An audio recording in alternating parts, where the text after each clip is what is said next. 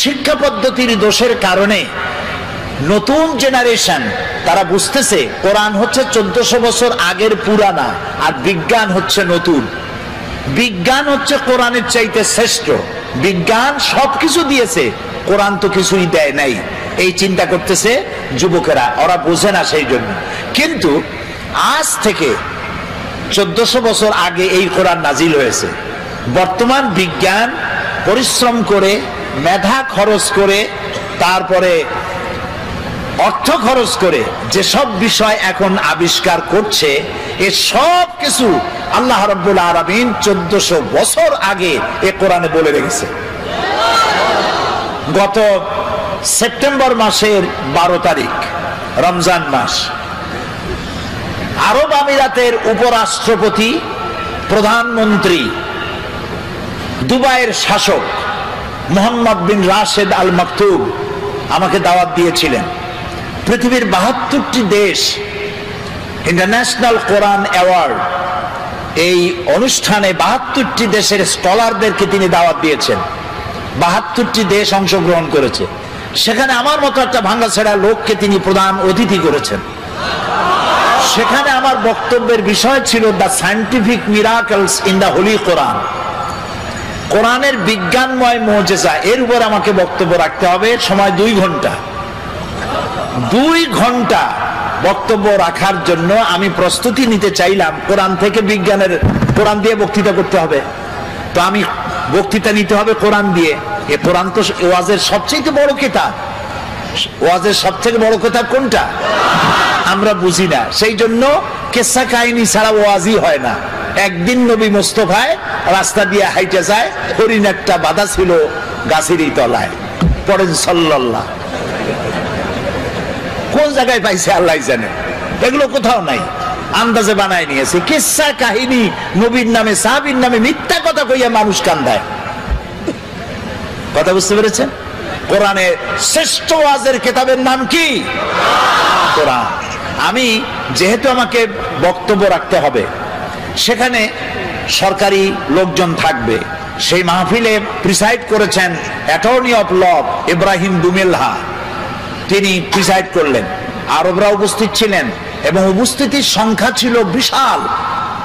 ওরা পত্রিকায় লিখেছে আরব আমিরাতের শ্রেষ্ঠ, সব থেকে বড় জমায়েত হয়েছে এটা। টিভি চ্যানেলগুলি লাইভ প্রচার করেছে। আমি আগের থেকে প্রস্তুতি নিলাম যে বিজ্ঞানের উপরে আলোচনা করতে গিয়ে কোরআনের আয়াত কতগুলি পাওয়া যায়, খুঁজতে থাকলাম। অন্তত আমার খোঁজে, আমি তো ছোট মানুষ, কোরআন অত বুঝি না। লোকেরা কয় মুফাসসিরে কোরআন, আসলে তো কোরআনের তালিব ইলম, আমি কোরআনের ছাত্র। খুঁজতে খুঁজতে পেলাম বিজ্ঞানের সমর্থক, বিজ্ঞানের তথ্যসূত্র পাওয়া যায় এমন আয়াতের সংখ্যা অন্তত 1000-এর কাছে চলে যাবে। এই যে চাঁদ, পূর্ণিমার দিন আমরা চাঁদ দেখি, পূর্ণিমার রাতে চাঁদ দেখেন না? এই চাঁদ আলো দেয়। আজ থেকে 100 বছর আগে মানুষের ধারণা ছিল চাঁদ নিজেই আলো দেয়। আর ছোটবেলায় দাদা, নানা, নানি তারা বলতো, দাদু মনে বুঝছো? বলে কি? কই যে চাঁদে কালো কালো দেখা যায়, ওটা কি জানো? বলতাম না, জানি না তো। কয় ওটা হলো একটা গাছ। সুবহানাল্লাহ, চাঁদের মধ্যে গাছ। ছোটবেলায় চিন্তা করতাম, কয় যে শুধু গাছ না, ওখানে একটা বুড়ি আছে সুতা কাটে। তখন চিন্তা করতাম যে আরে এই বুড়ি এত কষ্ট করে সুতা কাটে, সারাদিন তো খায় কি। পরে কিন্তু ওই ধারণা আমাদের এখন আর নাই, ঠিক না? ভূমিকম্প সম্পর্কে প্রশ্ন করা হতো, ভূমিকম্প কি জানো? বলতাম না, জানি না তো। কয় যে একটা গরুর 2টা শিঙের পৃথিবী, শিং যখন ব্যথা করে তখন এক শিং থেকে আর এক শিঙে যখন পাল্টায় তখন পৃথিবী কাঁপে ওঠে। চিন্তা করতাম, ওরে বাবা, গরুটা কত বড়, শিংটা কত মোটা। এখন কি তাই বিশ্বাস করি? করি না। আজ থেকে 100 বছর আগে ছিল চাঁদ নিজে আলো দেয়, কিন্তু পরবর্তী সময় বিজ্ঞানীরা আবিষ্কার করলো যে না, চাঁদ আলো যেটা দেয় ওটা ধার করা আলো, ওর নিজের আলো নাই। এ কথা বিজ্ঞান আবিষ্কার করলো, এই 100 বছর হলো। কিন্তু বিজ্ঞান জানলো 100 বছর আগে, আর তার 1300 বছর আগে জেনেছেন মুহাম্মদুর রাসূলুল্লাহ সাল্লাল্লাহু আলাইহি ওয়াসাল্লাম। এই কোরআনে সূর্যকে বলা হয়েছে শামসুন। কোরআনে সূর্যকে কি বলা হয়েছে? শামসুন, সিরাজুন, ওয়াহাজুন, দিয়াউন। এর অর্থ কি? সিরাজ, শামস, দিয়া। এক একটার এক একটা অর্থ আছে। কোনটার অর্থ হচ্ছে প্রদীপ্ত প্রজ্জ্বল, কোনটার অর্থ হলো উত্তাপ সৃষ্টিকারী, আলো বিকিরণকারী। এটা হলো সূর্য। আর চাঁদের কথা যখন আল্লাহ বলেছেন তখন বলেছেন কামারাম মুনিরা। কামার মানে চাঁদ, মুনিরা মানে আলোক প্রাপ্ত। যে চাঁদ আলো পায়া আলো বিকিরণ করে ওইটার নাম হলো চাঁদ। সুবহানাল্লাহ। তাহলে চাঁদের যে নিজের আলো নাই এই কথা বিজ্ঞান বোঝার আগে বুঝছে কে বলেন? মুহাম্মদ রাসূলুল্লাহ সাল্লাল্লাহু আলাইহি ওয়াসাল্লাম। বিজ্ঞানীরা মনে করেছিল, এই যে অনেকে বলে, যুবকরা বলে, সুশীলরা বলে, সুশীল বুদ্ধিজীবী, বুদ্ধির ঠেলায় দেয়ার ইজ নো গড, আল্লাহ নেই। আমি জানি না কত বোতল খাইলে পরে এই কথা বলতে পারে যে আল্লাহ নাই। আরে বেটা তুই হইছিস কেমনে? এই পৃথিবী এমনি এমনি হইছে? এই মাইকটা এমনি এমনি হইছে? এই সামান্য ব্রিজটা এমনি এমনি হইছে? কেউ তো বানাইছে। তো মাইকটা, সাইকেলটা, জুতাটা সবটা বানাইতে কেউরে লাগলো, আর তোমারে বানাইতে কেউরে লাগে নাই, এমনি এমনি হইছে। আল্লাহ রহম করুক, বলেন আমিন। তো ওরা বলে যে দেয়ার ইজ নো গড, স্রষ্টা বলতে কেউ নেই। তো কি হয়েছে? তো এমনি এমনি হয়েছে সব। এরপরে বিজ্ঞানীরা দেখলো যে চাঁদ হলো পৃথিবীর সব থেকে, নবী করিম সাল্লাল্লাহু আলাইহি ওয়াসাল্লামকে বিশ্বাস করতে চায় না, কোরআনকে বিশ্বাস করতে চায় না, বলে যে আমাদের বিজ্ঞানীরা তো চাঁদে গেছে। আরে মুহাম্মদ সাল্লাল্লাহু আলাইহি ওয়াসাল্লাম কদ্দুর গেছে, উনি তো আর চাঁদে যাইতে পারে নাই, কাজে বিজ্ঞানীদের গুরুত্বই বেশি। তা আমি বলি ভাই, চাঁদ হলো পৃথিবীর সব থেকে নিকটতম উপগ্রহ। চাঁদ হলো পৃথিবীর মাটি থেকে 2,32,000 মাইল দূরে। এটা একটা উপগ্রহ, পৃথিবীর চাইতে ছোট বা বড়। কিন্তু সূর্য হচ্ছে পৃথিবীর মাটি থেকে 9,30,00,000 মাইল দূরে, ঠিক না? আর ওই সূর্যটা হলো পৃথিবীর থেকে 13 লক্ষ গুণ বড়। বিজ্ঞানীরা মনে করলো এটাই বুঝি শেষ, কিন্তু না, সেটাই শেষ না। দেখা গেল সূর্যের চাইতে বড় আছে, কি আছে? সূর্যের চাইতে আছে বড় আছে তারকা, গ্যালাক্সি। গ্যালাক্সির ভিতরে এমন এমন তারকা আছে, যে তারকা খুব মন খারাপ, মন খুলে শুনুন, যেই সূর্যটা পৃথিবীর চাইতে 13 লক্ষ গুণ বড়, এরকম 2.5 থেকে 3 কোটি সূর্য খাইয়া হজম করতে পারে এরকম হাজার হাজার অসংখ্য তারকা আল্লাহ তাআলা আকাশে সৃষ্টি করে রেখেছে। বিজ্ঞানীরা মনে করলো এই তারাই তাহলে বড়, কিন্তু পরবর্তী সময় আবিষ্কার হলো না, ওই তারাই বড় না, ওর থেকেও বড় আছে। ওর থেকে বড় কি? ওর থেকে বড় হলো ব্ল্যাক হোল। ব্ল্যাক হোল হচ্ছে অন্ধকার কূপ। এই অন্ধকার কূপটা এত বড় কূপ যে তারায় 2.5 থেকে 3 কোটি সূর্য খাইয়া হজম করতে পারে। সেই তারা ঘুরতে ঘুরতে যদি ব্ল্যাক হোলের রেঞ্জের মধ্যে এসে যায়, তাহলে এই ব্ল্যাক হোল আপনি যেমন চকলেট চুষে শেষ করে ফেলেন, তার থেকে দ্রুত সময়ের ভেতরে ওই তারা চুষে শেষ করে ফেলে দেয়। এই কথা বিজ্ঞান জানলো সেদিন। আর আল্লাহ রাব্বুল আলামিন বিজ্ঞান জানার 1300 বছর আগে আল্লাহ রাব্বুল আলামিন বলছেন ফালা উকসিমু বিন নুজুম, সেই তারকাসমূহের শপথ, সেই তারকাসমূহের শপথ করি যেই তারকাসমূহ নিপতিত হয় যেখানে। ফালা উকসিমু বিমাওয়াকিন নুজুম, তারকাসমূহ নিপতিত হয় যে জায়গায়, সেই জায়গার শপথ করি। তো তারকাসমূহ নিপতিত হয় কোথায়? ব্ল্যাক হোলের মধ্যে। সেই কথা আল্লাহ তাআলা 1400 বছর আগে বলে রেখেছেন কোরআন শরীফের মধ্যে। এই যে আপনার আমার একটা শরীর, একটা বডি আছে না? কেমনে হয়েছে এই বডিটা? আল্লাহ রাব্বুল আলামিন বলেন, এই কোরআনের মধ্যে বলেছেন ইন্না খালাকনাকুম মিন তুরাবিন সুম্মা মিন নুতফাতিন সুম্মা মিন আলাকাতিন সুম্মা মিন মুদগা। তোমাকে মাটির, নিষ্প্রাণ মাটি দিয়ে সৃষ্টি করা হয়েছে, এর থেকে নুতফা হয়েছে, মায়ের পেটে চলে গিয়েছে। এখন বিজ্ঞানীরা, ভ্রূণতত্ত্ববিদরা বলেন, ভ্রূণতত্ত্ববিদ তারা বলেন ভ্রূণ থাকে মায়ের পেটে 3টা পর্দার আড়ালে। এখন বলতেছে আর কোরআন বলতেছে ফি জুলুমাতিন সালাস, তিনটা পর্দার আড়ালে মায়ের পেটে সন্তান থাকে, ফি কারারিম মাকিন, একটা সুরক্ষিত জায়গার ভিতরে আমি এটাকে রেখে দেই। আলাকা সুম্মা মিন নুতফাতিন সুম্মা মিন আলাকা, আলাকা মুআল্লাক থেকে। বিজ্ঞানীরা এখন আবিষ্কার করেছে যেটা মায়ের পেটের মধ্যে যে জরায়ু আছে, বাচ্চা থলি যেখানে বাচ্চাটা থাকে, ওইখানে আলাকা, এটা ঝুলন্ত অবস্থায় সেটকে থাকে, লাগিয়ে থাকে, মিশে থাকে। ওরা এখন বলতেছে, কিন্তু আল্লাহ বলেছেন 1400 বছর আগে। তারপরে আল্লাহ কি বলছেন, এটাকে আমি গোশতপিণ্ড বানাই, ফাকাসাউনাল ইযামা লাহমা, এই গোশতগুলিকে কচি কচি কতগুলি হাড্ডি দিয়া বডি ফরমেশন করে তার উপরে গোশত দেই, তার উপরে লাহাম দেই, চামড়া দেই, এরপরে একটা মানুষের আকৃতি ফি আইয়ি সূরাতিম মা শা রাক্কাবাক, রাক্কাবা ইউরাক্কিবু তারকিবান, একটার পর একটা জোড়া দিয়া আমি তোমাকে তৈরি করেছি। দেখো তো জোড়া কতগুলা, হাতের আঙ্গুল থেকে শুরু করে বাহু পর্যন্ত কয়টা জোড়া বলেন? হ্যাঁ, খালি কিলাকিলি করছেন, জোড়া কয়টা গুনিয়া দেখেন নাই? 6টা জোড়া। আঙ্গুলের মাথা থেকে শুরু করে বাহু পর্যন্ত 6টা জোড়া। এই 6টা জোড়া যদি না থাকতো তাহলে কি হতো? ধরেন একটা জোড়া বাদ দিলাম, কোনোই তো জোড়া নাই, কারো কবজা নাই।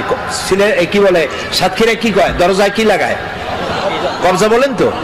এইখানে কবজা নাই, এখানে যদি কবজাটা না হতো এটা কি হইতো? এটা হাত হইতো না, হইতো লাঠি। ভাত খাইতেন কেমনে? এটা তো ক্লোজ হবে না, ভাত খাবেন কেমনে? খাবারের জন্য 2 হাতের মাথায় 2 জনে বসতে হবে, এ ওরে মুখে দেবে, সে তার মুখে দেবে। তাও আবার আঙ্গুলগুলো ভাঁজ হবে না, জোড়া নাই, কাঁটা চামচের মধ্যে মতো মুখে ভাত ঢুকে দিয়ে নাকের সিধার মধ্যে গিয়ে ঢুকতে। হাসতেছেন, কোরআন বোঝেন নাই, কপাল করেছে। আল্লাহ বলতেছেন এমনি এমনি সেজদা দিবি বেটা,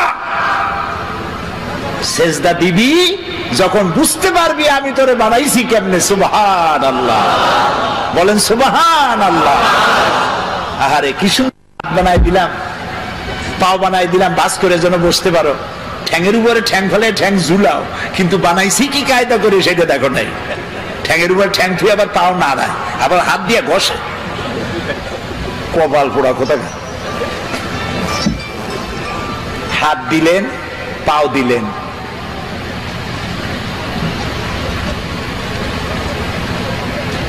ঠোঁট দিলেন কথা বলার জন্য, ওয়ালিসানা ওয়া শাফাতাইন ওয়া হাদাইনাহুন নাজদাইন।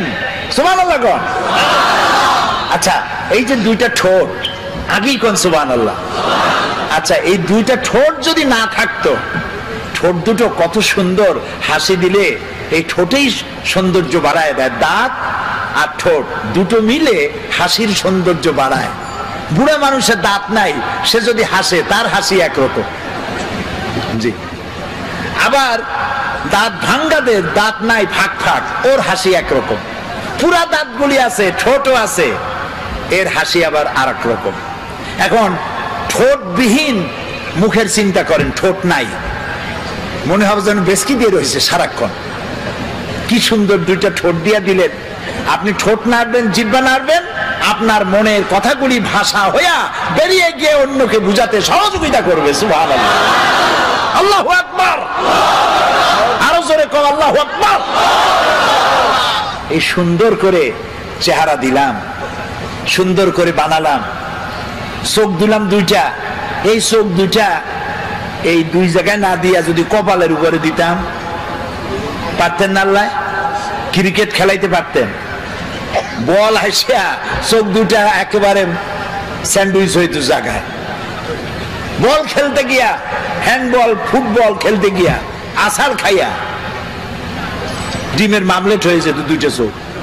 এই চোখ দুটো সেফ জায়গায় রাখা হয়েছে, উপরে একটা হাড্ডি, নিচে একটা হাড্ডি, মাঝখানে চোখ, যাতে ধাক্কা মাক্কা লাগলেও চোখের উপরে না লাগে। আহারে আহারে আমার আল্লাহ। এরপরে চোখে মানুষ পলক দেয়, সাতক্ষীরার লোক পলক দেয়, ইচ্ছা করে দেন না অটোমেটিক? অটোমেটিক। ইচ্ছা করে দিলে ফটর ফটর করতো, এটা অটোমেটিক হয়। কেন হয়? বাতাসের ভেতরে অসংখ্য পলিউশন আছে, রোগ জীবাণু আছে, অনবরত এই রোগ জীবাণুগুলি আপনার চোখের মধ্যে প্রবেশ করতেছে। আল্লাহ রাব্বুল আলামিন চোখের ভিতরে এক প্রকার মেডিসিন জাতীয় পানি রেখে দিয়েছেন, অটোমেটিক চোখের পলক পড়তেছে, আর প্রতি মুহূর্তে আল্লাহ রাব্বুল আলামিন আপনার চোখকে ক্লিন করে দিতেছে। আপনি বুঝলেন আল্লাহর সেজদা দিবেন, বুঝলেন না আজান হলে দৌড়ে নামাজ পড়তে যাবে না। আরে আমার আল্লাহ আমার এত সুন্দর করে বানাইছে, আমি কেন তার সেজদা দিই না? আপনি গভর্নমেন্টের ট্যাক্স দেন কেন? এই যে বিদ্যুৎ বিল, বাড়িতে বিদ্যুৎ আছে না, যদি আপনি বিদ্যুতের বিল না দেন, বারবার যদি প্রত্যেক মাসে বিল বাকি, জরিমানা হবে। জরিমানাও দিলেন না, বিলও দিবেন না, লাইন থাকবে? থাকবে না। তো আল্লাহ যে আলো দিলেন বিল চাইছে, আল্লাহ যে বাতাস দিলেন বিল চাইছে, সূর্য দিলেন বিল চাইছে, পানি খান বিল চাইছে। গভর্নমেন্ট চায়, আল্লাহ চায় না। কারণ গভর্নমেন্ট যত বড় হোক এ সব ফকির, এগুলো কি মাতবাড়ি যাই করুক, আল্লাহ তাআলা বলছেন ওয়াল্লাহু গানিয়্যুন ওয়া আনতুমুল ফুকারা। আল্লাহ হচ্ছেন গনি আর তোরা গোষ্ঠী শুদ্ধ ফকির। ফাজলামি করবি তো টাইট করে দেব। ফেরাউনরে মারছে কি করিয়া? সুবাইয়া। নমরুদরে জুতা মারিয়া। সেই জুতা আছে না গেছে? কদিন আগে পড়ছে না একজনের কপালে? কার কপালে? একেবারে আসল জায়গা, জুতা রিজার্ভ, বেকায়দা করবা, জুতা আছে। সেই জন্য বুঝতে হবে, আল্লাহরে চিনতে হবে। এই কোরআন এই কথাগুলি শেখায়, একটা আমার বানানো কথা নয়, এই সবগুলি কোরআন শরীফের ভিতরে আছে। তোমার কেমনে বানাইছি? ফালিয়ানজুরিল ইনসান, মানুষ চিন্তা করুক তার নিজের ব্যাপারে, তার নিজের ব্যাপারে চিন্তা করুক, তারে আমি কেমনে বানাইছি। সুবহানাল্লাহ বলেন। আপনার পা থেকে শুরু করে মাথা পর্যন্ত যে নার্ভ সিস্টেম, রগের যে সিস্টেমটা আছে, শরীরের সমস্ত রগগুলি যদি ছিঁড়া পাশাপাশি সাজানো যায়, 3 একর জমিন লাগবে সাজায় রাখতে। একটা মানুষের শরীরে এত রগ আছে। এই রগগুলি কেন? আপনি যা খান সমস্ত খাবারগুলিকে কার্বোহাইড্রেট বলা হয়, কার্বোহাইড্রেট। আর কার্বোহাইড্রেট হলো ডাল, ডাল জাতীয় খাদ্য, আটা, আটা জাতীয় খাদ্য, চিনি, চিনি জাতীয় খাদ্য, চাউল, চাউল জাতীয় খাদ্য। এই খাদ্যগুলি আপনি খেলে পরে এ দিয়ে পেশাব হয়, পায়খানা হয়, আর রক্ত হয়। রক্তগুলি কেন? শরীরকে তরতাজা রাখার জন্য, শরীরকে উষ্ণ রাখার জন্য, কার্যক্ষম করে রাখার জন্য। এখন রক্ত শরীরের যে এলাকায় যাবে না সেটা প্যারালাইজড হয়ে যাবে। সমস্ত শরীরে রক্ত প্রবাহিত করার জন্য আল্লাহ রাব্বুল আলামিন আপনার বডির মধ্যে একটা জেনারেটর দিয়েছেন। ওই জেনারেটরের নাম কি বুদ্ধি করে কোন তো? হার্ট। হার্টটা কোথায়? মাথায়। কোন জায়গায়? এই যে এইখানে। এই হার্ট অনবরত পাঞ্চিং হচ্ছে, সিস্টোলিক এন্ড ডায়াস্টোলিক। এটা এরকম করতেছে, দেখতেছেন আমার হাত এরকম করতেছে। তো এরকম করতে করতে এরকম করে যদি আর না ছাড়লো তাহলে বলা হলো হার্ট অ্যাটাক করেছে, লোকটা হার্ট অ্যাটাক করে মারা গেছে। আর যখন হসপিটালে থাকে তখন বলে, এটা সাধারণ লোকের ব্যাপারে বলে না, নেতাদের ব্যাপারে বলে, অমুক নেতা হসপিটালে মৃত্যুর সঙ্গে পাঞ্জা লড়িতেছেন। কত বড় বীর, মৃত্যুর সাথে পাঞ্জা লড়ে। ছাগল কি আর গায়ে লেখা থাকে? আরে বাবা, আজরাইলকে, মালাকুল মউতকে যখন মানুষ দেখবে, দেখার সাথে সাথে তার এত বড় পিপাসা হবে, তার মনে হবে 7টা সমুদ্রের সব পানি খেলেও আমার পিপাসা মিটবে না। মালাকুল মউতকে দেখলে এমন অবস্থা হবে, সেই মউতের সাথে পাঞ্জা লড়বা তুমি। কুজাও চাইছি তো শুইতে। তো হার্ট এ পাঞ্চিং করছে, রক্তগুলো টানতেছে, ছড়িয়ে দিচ্ছে, মাথা থেকে বলেন পা পর্যন্ত ছড়িয়ে দিচ্ছে। এখন চিকিৎসা বিজ্ঞানী যারা, তারা কিন্তু নাস্তিক হয় না। আমার বয়স তো কম হলো না, আল্লাহ তাআলা তার এই কোরআনের খেদমত করার সুযোগ দিয়েছেন অর্ধ শতাব্দী, প্রায় 50 বছর কোরআনের কারীমের খেদমত করেছি। আল্লাহ তৌফিক দিয়েছেন বাংলাদেশ থেকে উত্তর গোলার্ধ থেকে দক্ষিণ গোলার্ধ পর্যন্ত পৃথিবীর 4-5টি মহাদেশের অন্তত 50টিরও বেশি দেশ সফরের তৌফিক আল্লাহ দিয়েছেন। এবং এই কোরআনের ব্যাখ্যা বলার কারণে এ পর্যন্ত আমার মতো আল্লাহ তাআলা ছোট্ট গোলামের কাছে অমুসলিমরা যা ইসলাম কবুল করেছে তাদের সংখ্যা 600 ছাড়াই গেছে। আন্দাজে হয় নাই, কোরআনের ব্যাখ্যার কারণে হয়েছে।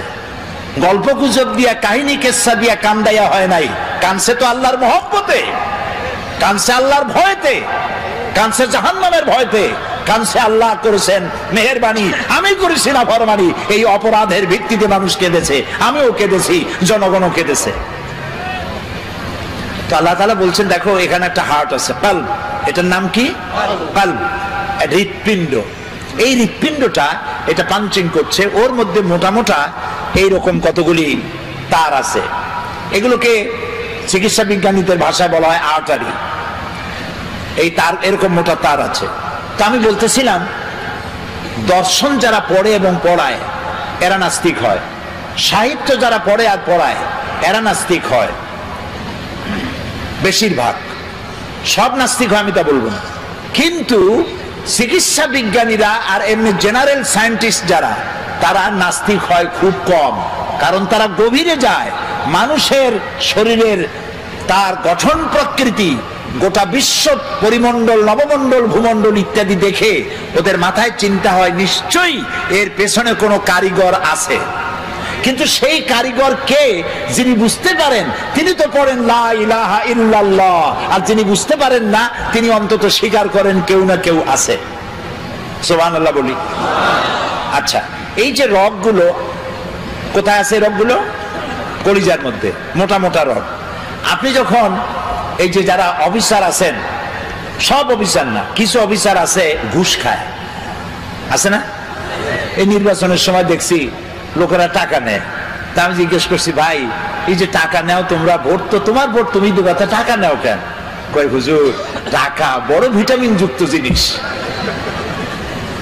এই যে ভিটামিন যুক্ত জিনিসগুলো নিল, ঘুষ খাইলো, পাঙ্গাস কিনলো, বড় বড় পাঙ্গাসের পেটি, ছাগলের চর্বি, গরুর চর্বি, যা খাইলেন এ সবগুলি রক্তের ভেতরে গিয়া ঢুকলো, কলিজার ভিতরে যা আটারি আছে এরকম ছিদ্র ওর মধ্যে ঢুকলো, ঢুকে দেওয়ালে চর্বি লাগতে থাকলো, লাগতে লাগতে এখন রক্ত পাস হওয়ার মতো নাই, এটা শুকাইতে শুকাইতে এরকম হয়ে গেছে।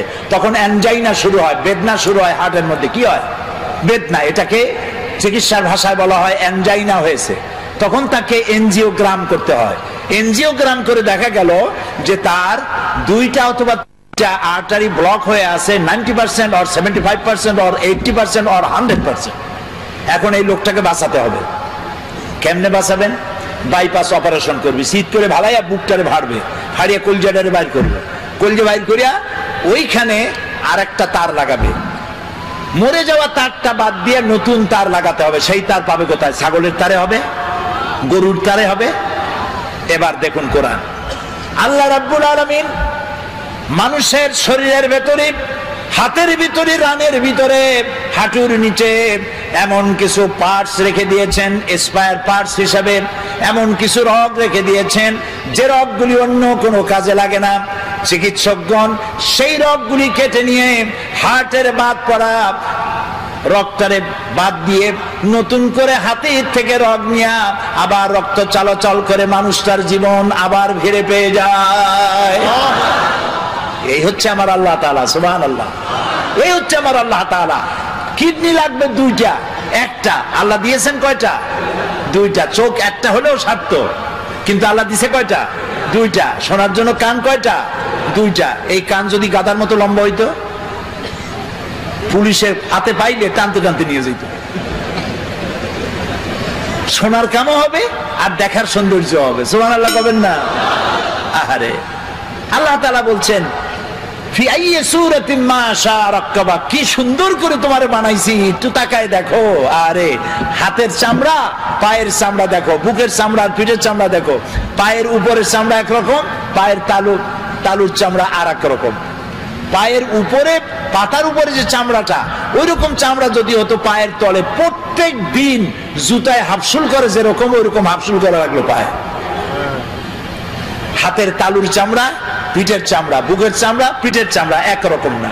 সুবহানাল্লাহ বলবেন না? তারপরে নাকটা একদম মুখের কাছে রাখা হয়েছে, যাতে করে আপনি খাবার দিলে আপনি বুঝেন।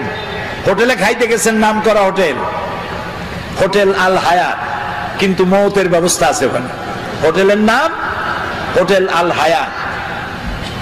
সেখানে 5 দিনের পচা ইলিশ, খাসির গোশতের নামে পাতিশিয়ালের গোশত। এখন খাইতে গেলে নাক একদম মুখের কাছে, নাক সার্টিফাই করবে, নাক বলে দেবে বেটা খাস না, 5 দিনের পচা ইলিশ। কিন্তু এই নাক যদি মুখের কাছে না হইয়া শরীরের দূরতম কোনো জায়গায় হতো, তাহলে খাবার বানাইয়া জামা গেঞ্জি উল্টাইয়া এরপরে তার কাছ থেকে সার্টিফিকেট নিয়ে তারপর মুখে দেওয়া লাগতো।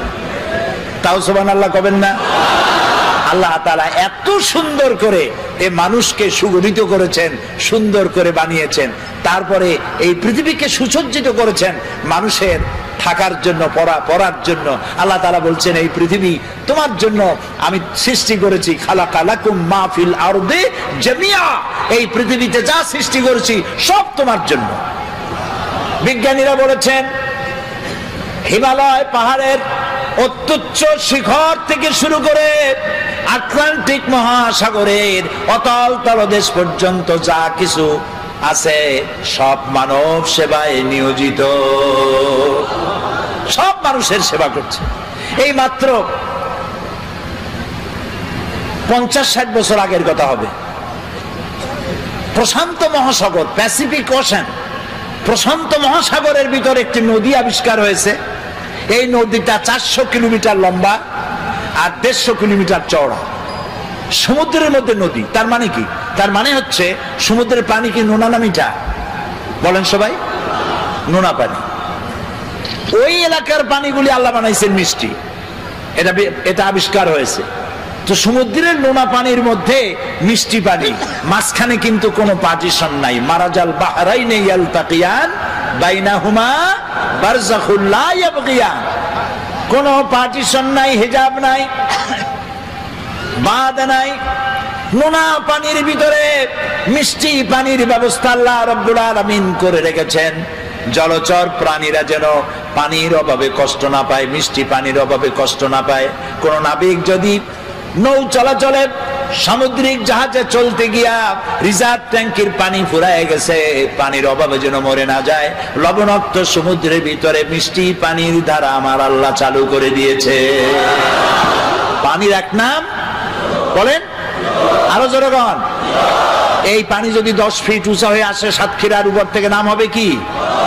একটু আগে ছিল জীবন আর তারপরেই মরণ। এই পানি না হলে পৃথিবীর মানুষ বাঁচবে না। সেই জন্য এই পৃথিবীর 4 ভাগের 3 ভাগ কি? পানি। সুবহানাল্লাহ। একটা মহাদেশ আছে, যেই মহাদেশের নাম হলো অ্যান্টার্কটিকা। আস্থা মহাদেশটা হলো পানি। পানিকে আল্লাহ তাআলা বরফ করে রেখে দিয়েছেন। পানির যদি ঘাটতি হয়, এই বরফ গলায় দিয়ে আল্লাহ পানি পূরণ করে দিবেন।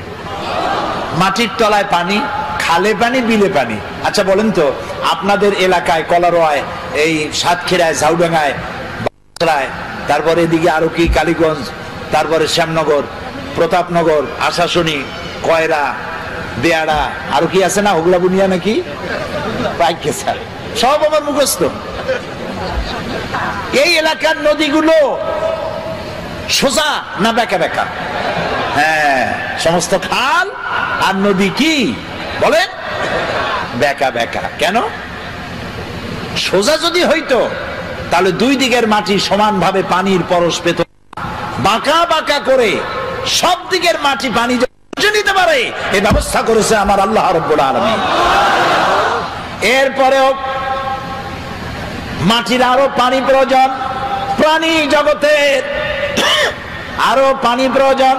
সেজন্য রব্বুল আলামিন বলেন, আল্লাহুল্লাযী আরসালার রিয়াহা ফাতুসিরু সাহাবা ফাসুকনাহু ইলা বালাদিন মাইয়িতিন فأحيينا به الأرض بعد موتها كذلك النشور سبحان الله الله الذي أرسل الرياح আল্লাহ হচ্ছেন তিনি যিনি বাতাসকে প্রবাহিত করেন। সমুদ্রের লবণাক্ত পানিগুলি উত্থিত করেন, মেঘমালায় পরিণত করেন। সুবহানাল্লাহ করেন। এই মেঘ কে বানায়? পানি কে উঠান? আনতুম আনজালতুমুহু মিনাল মুজনি আম নাহনুল মুনজিলুন। ওই আকাশ থেকে পানি কে বর্ষণ করে? তুমি করো না আমি করি? আল্লাহ করে। এরপরে এই মেঘকে আল্লাহ অর্ডার করেন, বাতাসকে বলে দেন বাতাস মেঘ টেনে আশা শুনি কালীগঞ্জ এবং সাতক্ষীরার আকাশের উপরে নিয়ে যা। আপনারা আবার মনে মনে খুশি হবেন না যে সাতক্ষীরা বুঝি কোরআন শরীফ আছে। এগুলো আমি ব্যাখ্যায় বললাম।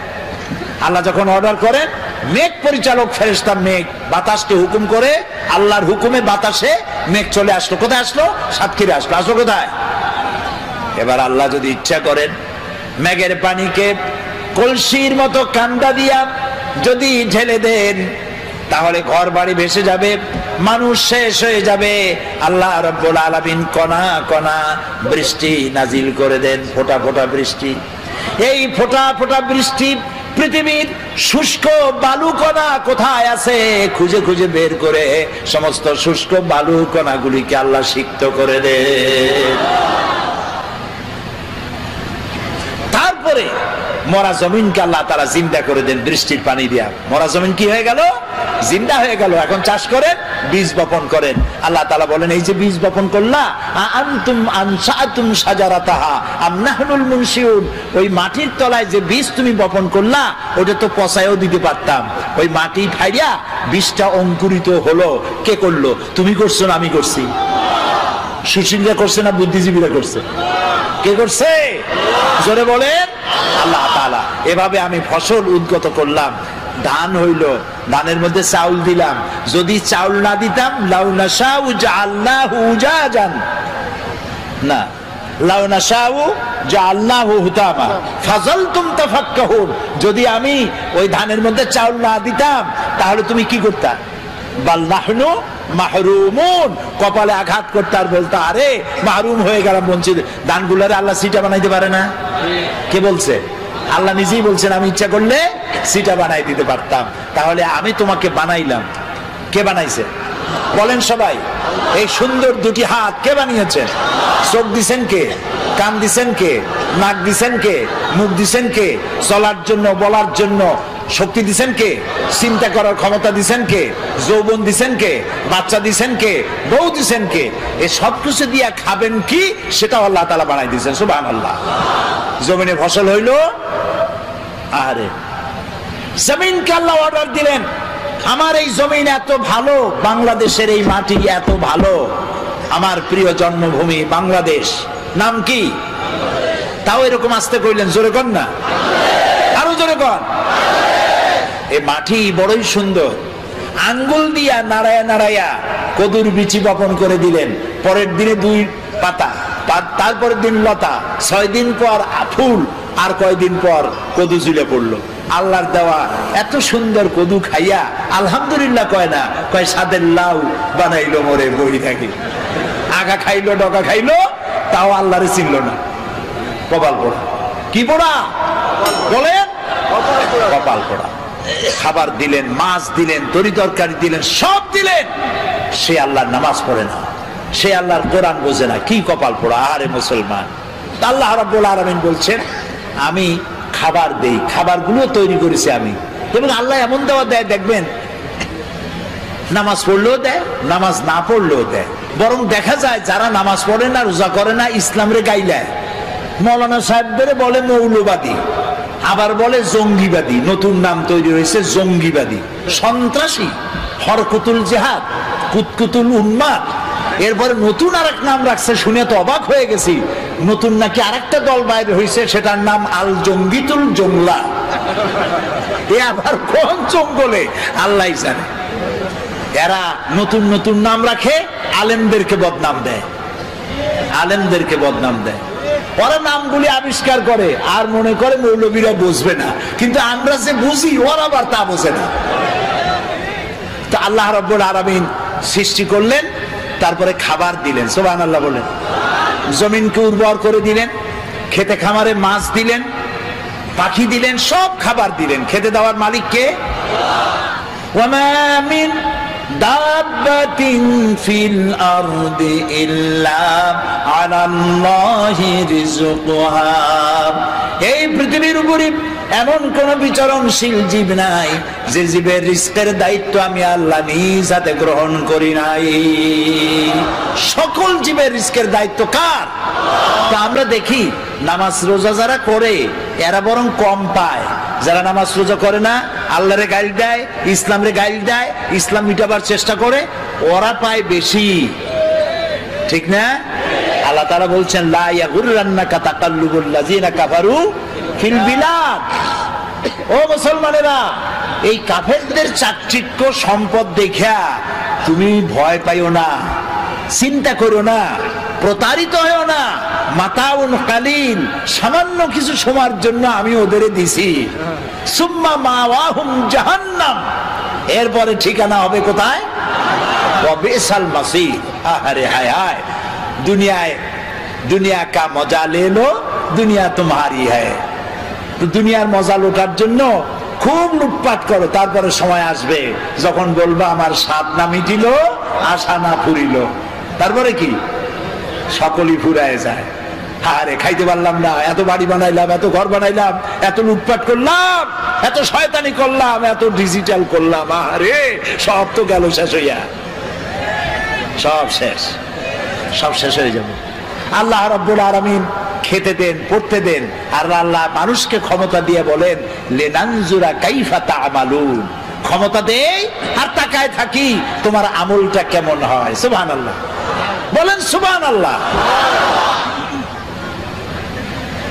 সমুদ্রের মধ্যে যে এই যে আপনাদের বাড়িতে টেলিভিশন ডিশ লাইন আছে না, এই ডিশ লাইনে উপকারও আছে, ক্ষতিও আছে। এত সব বাজে ছবি আসে, এগুলি বন্ধ করা ভালো, কন্ট্রোল করা ভালো। কিন্তু ভালো ভালো ছবিও আছে, যেমন ন্যাশনাল জিওগ্রাফি একটা চ্যানেল আছে, ডিসকভারি একটা চ্যানেল আছে, এনিম্যাল প্ল্যানেট একটা, এনিম্যাল প্ল্যানেট একটা চ্যানেল আছে, আছে না? এই চ্যানেলগুলি আমি মাঝে মধ্যে দেখি। সমুদ্রের ভিতরে সব থেকে বড় জলচর প্রাণীর নাম কি? তিমি। নীল প্রজাতির তিমি যেটা, সেটার ওজন 5000 টন পর্যন্ত হয়। একটা মাছের ওজন 5000 টন পর্যন্ত। ওটা যে বাচ্চা দেয়, তিমিতে ডিম পারে না, কি দেয়? বাচ্চা দেয়। তো মা যেমন বাচ্চাও তো তেমন। বাচ্চাটা পৃথিবীতে যেদিন আসে সেদিন থেকে শুরু করে প্রত্যেক দিন তার দুধ লাগে 50 থেকে 60 মণ। কোন গভর্নমেন্ট খাওয়ায়? আরে বলো, কোন গভর্নমেন্ট খাওয়ায়? নাম কি তার? চিৎকার দিয়া বলো। আল্লাহ তাআলা খাওয়ায়। সুবহানাল্লাহ, সুবহানাল্লাহ। খাবারের দাবিতে সুন্দরবন থেকে রয়্যাল বেঙ্গল টাইগার খাবার না পাইয়া নিজেরা কামড়ি করে 500 বাঘ না খাইয়া মারা গেছে। এরকম কোন খবর পত্রিকায় ছাপা হয়েছে? পত্রিকার তো অভাব নাই, দৈনিক দেখে নেব। প্রত্যেক দিন চিৎকার, মাসিক হুঙ্কার, এই যে পত্রিকাগুলি, তো দৈনিক দেখে নেব এই পত্রিকায় কোনোদিন এরকম ছবি আসছে, খবর আসছে?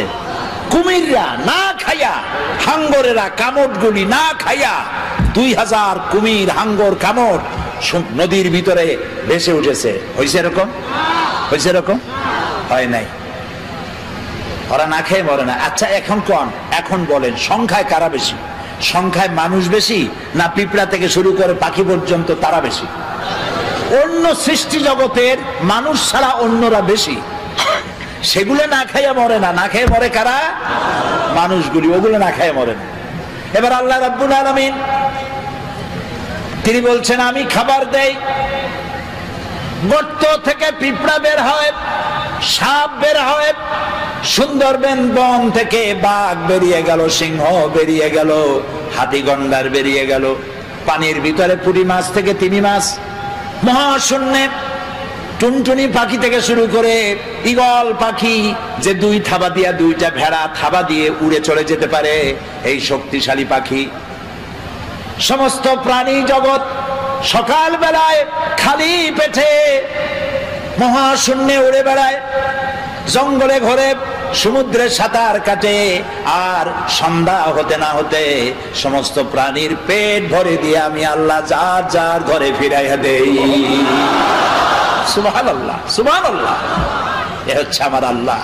সেই আল্লাহর সেজদা দাও না যিনি খাওয়ান, যিনি পরান, যিনি সবকিছু দিয়েছেন, সে আল্লাহকে ভুলে গিয়েছ। খেতে দেওয়ার মালিক তিনি। কত খাবা তুমি? হাদিসে কুদসি, হাদিসে কুদসি, অর্থাৎ এটা কোরআন না, আল্লাহ বলেছেন। কি সেটা? হাদিসে কুদসির ভিতরে এসেছে, মুত্তাফাকুন আলাইহি। আল্লাহ তাআলা বলছেন, পৃথিবীতে যত জিন এসেছিল আর যত মানুষ এসেছিল, পৃথিবীতে যত জিন আসবে আর যত মানুষ আসবে, যদি পৃথিবীর কোন একটি মাঠে একত্রিত হয় আর যার যার চাহিদা আমার কাছে চাইতে থাকে, সকলের চাহিদা কি একরকম? আমি চাই কুল বড়ই খাবো সাতক্ষীরা, আপনি চান বাউকুল খাবেন রংপুরে, উনি চায় সবেদা খাবেন, উনি চায় গলদা চিংড়ি খাবো, উনি কয় বিয়ে করব, সে কয় বাচ্চা হোক। তো সকলের চাহিদা তো একরকম না, এক একজনের চাহিদা এক এক রকম। এখন আল্লাহ কি বলেন শোনেন, সমস্ত জিন, আগের কথা মনে আছে তো, সমস্ত জিন, সমস্ত মানুষ যা আসছিল আর যা আসবে, সব এক মাঠে একত্রিত হইয়া তাদের যার যার চাহিদা অনুযায়ী যদি আমার কাছে চাইতে থাকে, আর সমস্ত চাহিদা যদি আমি সবার পূরণ করে দেই, আমার ভাণ্ড থেকে অতটুকুন ফুরাবে না যতটুকুন একটি সুই সমুদ্রের মধ্যে ডুবাইয়া উঁচা করলে যতটুকুন সমুদ্রের পানি কমবে না, আমার ভাণ্ড থেকে তাও কমবে না। এ হচ্ছে আমার আল্লাহ। বলেন আল্লাহ, আল্লাহ, আল্লাহ না কিন্তু আল্লাহ, মুখটা গোল হয়ে যাবে, মহব্বতের সাথে বলেন আল্লাহ, আল্লাহ, আল্লাহ। অন্তরের অন্তঃস্থল থেকে, মনের মণিকোঠা থেকে একবার যদি কোনো বান্দা ডাক দেয় আল্লাহ, আল্লাহ রাব্বুল আলামিন 70 বার সাড়া দিয়ে বলেন, বান্দা কি চাও, আমি হাজির। আহা, জীবনে বহুবার কাবা শরীফে গেছি, কিন্তু কাবা শরীফের ভিতরটা দেখার সুযোগ আমার হয় নাই। কুয়েত আর ইরাকের যুদ্ধ যখন হলো, বাদশাহ ফাহাদ তখন পৃথিবীর 400 স্কলারদের দাওয়াত দিয়েছিলেন। একটা মীমাংসা বৈঠক হয়েছিল মক্কা শরীফে। সৌদি আরবের বাদশাহ ফাহাদ, আল্লাহ জান্নাতুল ফিরদাউস নসিব করুন, মক্কা শরীফে যে সাজান সাজাইছে, মদিনারে যে সোনার মদিনা বানাইছে, সুবহানাল্লাহ কোন, আল্লাহ তাকে জান্নাতুল ফিরদাউসের মেহমান বানায়নি। তিনি আমাকে বলেন নাই, আমাকে কেমনে কেমনে দাওয়াত দিলেন। সেই 400 লোকদের মধ্যে আমার মতো একটা ছোট্ট মানুষকেও তিনি দাওয়াত দিয়েছেন। তো আমার তখন চিন্তা হলো যে কাবা শরীফ এর ভেতরটা দেখার এত ইচ্ছা, কোনোদিন দেখতে পারলাম না। আল্লাহ, এবার রাষ্ট্রীয় মেহমান বানাইছো তুমি, রাজকীয় মেহমান, যদি এইবার একটু সুযোগ পাইতাম। প্লেনে বসে চিন্তা করতেছি, চোখ দিয়ে পানি পড়তেছে, আল্লাহ তোমার ঘরের ভিতরটা দেখতে পারলাম না, একটু দেখাও। প্লেন থেকে নেমে রাজকীয় গাড়িতে করে চলে গেল মক্কা শরীফে। আমাদেরকে 5 স্টার না 7 স্টার হোটেল দিয়ে দিল। এরপর একটা ব্রিফকেস দিল। ব্রিফকেসের ভিতরে রুমে রুমে, প্রত্যেকের রুমে একটা করে ব্রিফকেস মেহমানদের জন্য। ব্রিফকেসের ভিতরে 3 দিনের মেহমান আমরা, এই 3 দিন কি কি অনুষ্ঠানাদি হবে সেগুলি লেখা আছে। একটা কলম আছে, খাতা আছে, একটা জায়নামাজ আছে, আর কাবা শরীফের গিলাফের একটা টুকরা আছে। তো এই অনুষ্ঠান সূচিতে দেখলাম বারের নাম মনে নাই, সেই বার এবং তারিখ দেওয়া আছে, অমুক বার সকাল 7টায় কাবা শরীফের দরজা মেহমানদের জন্য খুলে দেওয়া হবে। আমার চোখে পানি পড়ছে যে আল্লাহ তুমি এইভাবে দোয়া কবুল করছো, সুবহানাল্লাহ। আমি সকালের অপেক্ষা করি নাই, রাতের খানা খাইয়া গোসল করিয়া তারপরে নতুন জামা কাপড় পরিয়া সারা রাত তওয়াফ করেছি, তাহাজ্জুদের নামাজ পড়েছি, আর সকালের অপেক্ষা করেছি। ফজরের নামাজের পর দাঁড়ায় আছি এতিমের মতো আল্লাহর ঘরের দরজার সামনে, চিন্তা করছি আমি আগে ঢুকবো। কিন্তু 400 মেহমান তো, আমার আগে ঢুকালেন প্রোটোকল অফিসারেরা আমার আগে ঢুকালো আজাদ কাশ্মীরের প্রেসিডেন্ট সর্দার আব্দুল কাইয়ুম খান, তারে ঢুকাইলো আগে।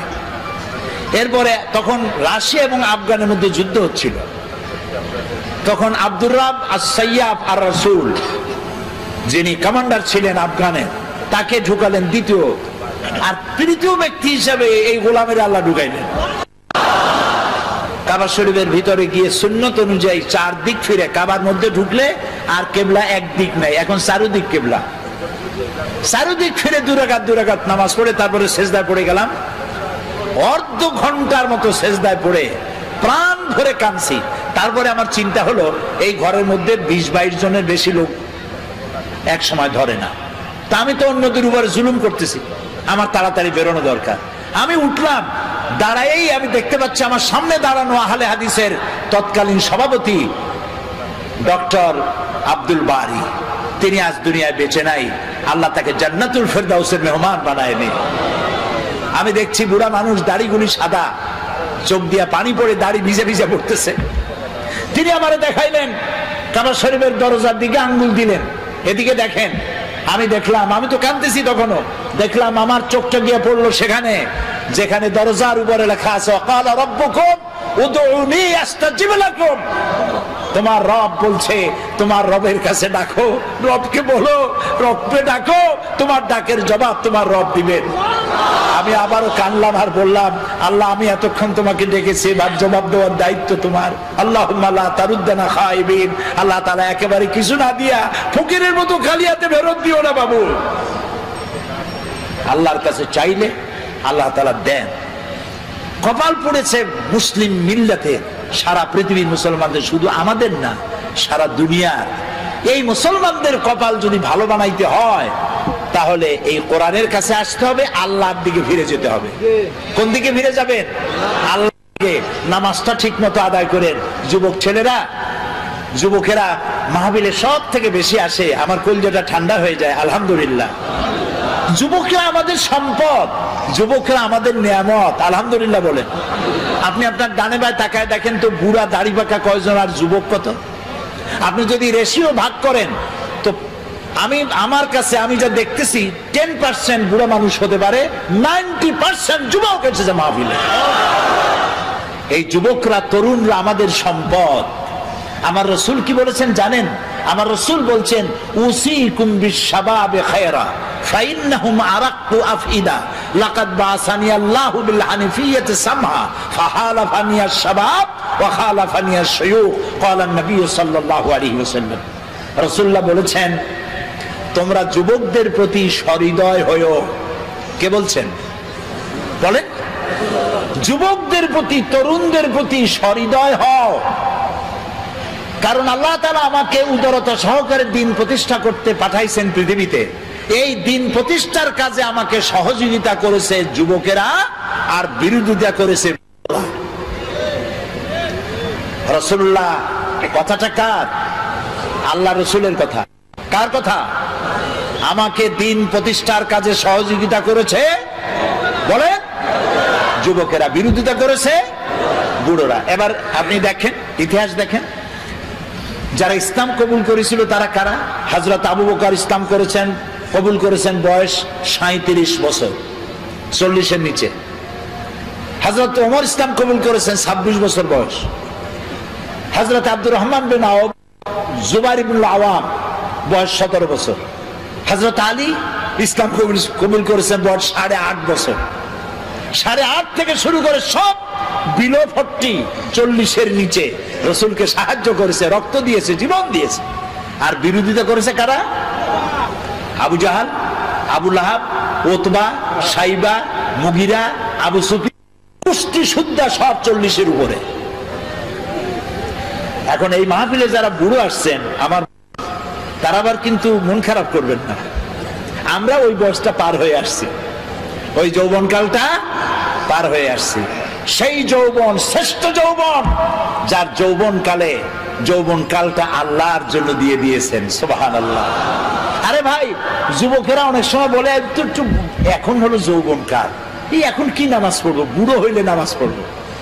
বুড়ো হইলে নামাজ পড়বা, বুড়ো কাল পাবা, তার কি কোনো নিশ্চয়তা আছে?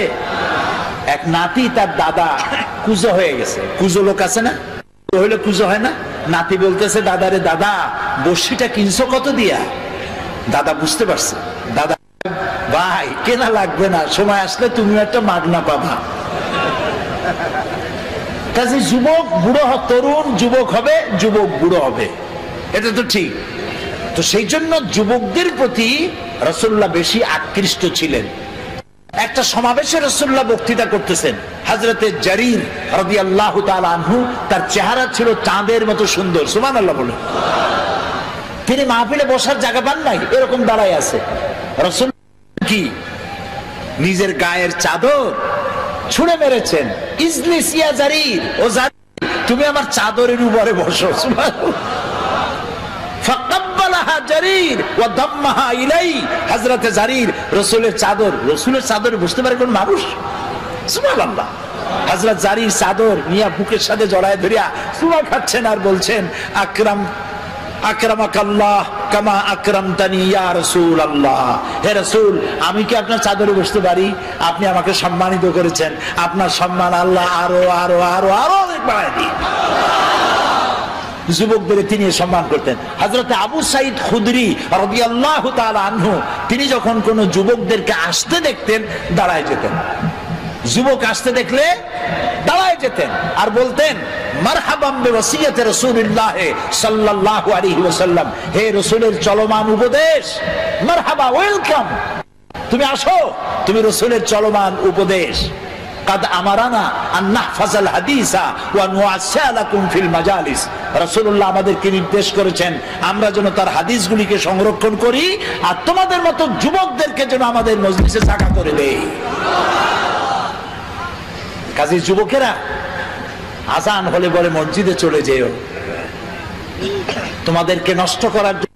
মুসলিম যুবক, তোমার গায়ের রক্ত এক মুসলিম, তোমার শরীরে, তোমার মা কি মুসলমান, মুসলিম মায়ের রক্ত তোমার শরীরে, মুসলিম পিতার রক্ত তোমার শরীরে। সুবহানাল্লাহ, সুবহানাল্লাহ। যে ব্যক্তি আল্লাহর সঙ্গে বিদ্রোহ করেছে আর পরকালের জন্য পাথর জোগাড় করে নাই, দুনিয়াকে অগ্রাধিকার দিল, পরকালকে ভুলে গেল, তার জায়গা হলো জাহান্নাম। ওয়া আম্মা মান খাফা মাকামা রাব্বিহি ওয়া নাহান নাফসা আনিল হাওয়া ফাইন্নাল জান্নাতা হিয়াল মাওয়া। আর যে ব্যক্তি আপন প্রভুর সামনে উপস্থিত হওয়াকে ভয় করেছে এবং আপন প্রবৃত্তিকে লালসা মুক্ত করেছে, লালসার হাত থেকে রক্ষা করেছে, আল্লাহ রব্বুল আলামিন কিয়ামতের দিন তার জন্য রেখে দিয়েছেন জান্নাত। তার জন্য কোন জায়গা? জান্নাত।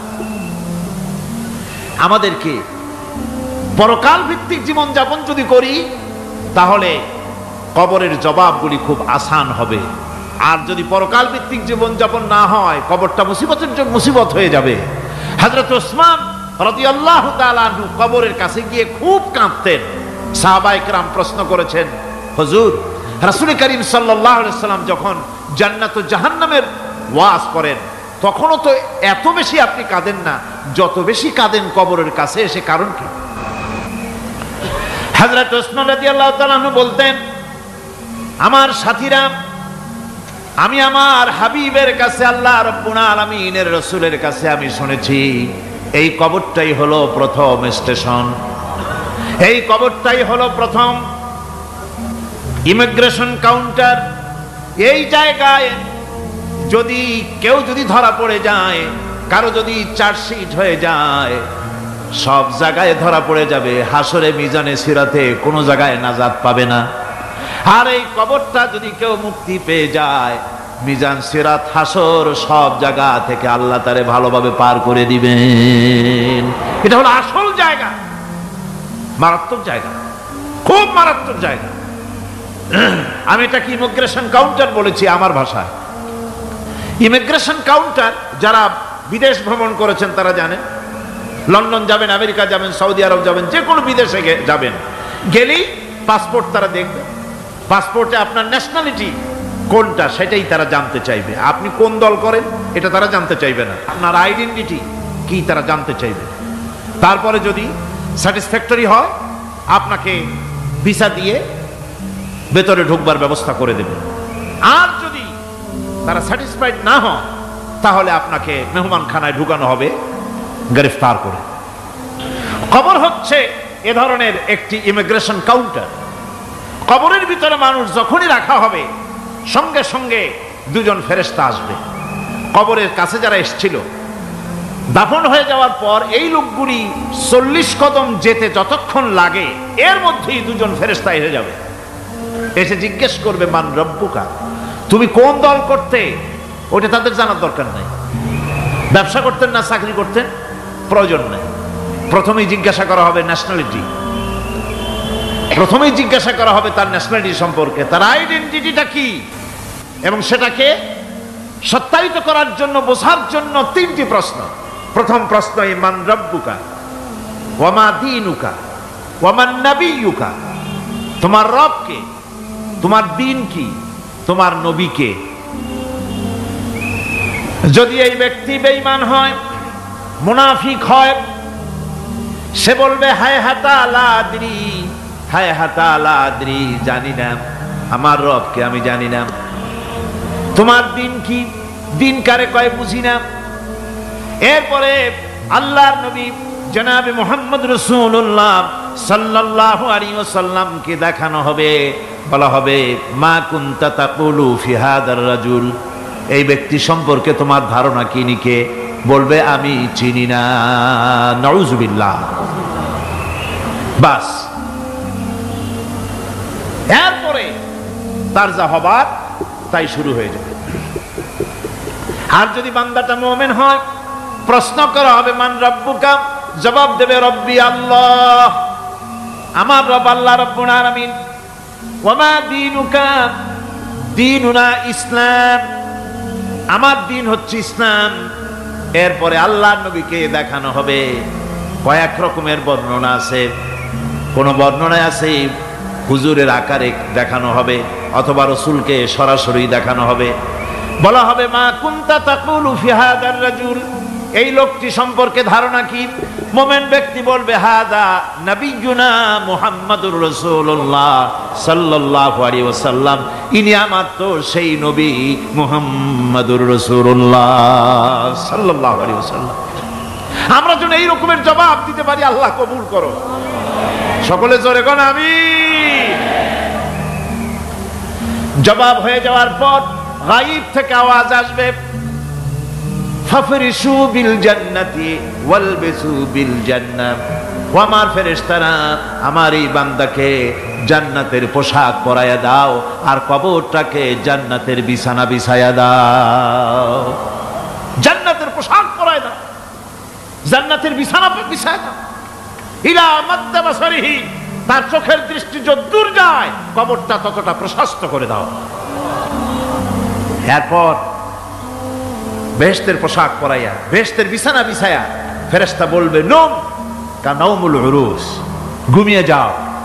দুলামিয়া যেমন বাসর সজ্জায় নতুন বউ নিয়ে আরামে ঘুমায়, এরকম আরামে ঘুমায় যাও। ইলা ইয়াউমিল কিয়ামা, কিয়ামত পর্যন্ত ঘুমায় থাকবে,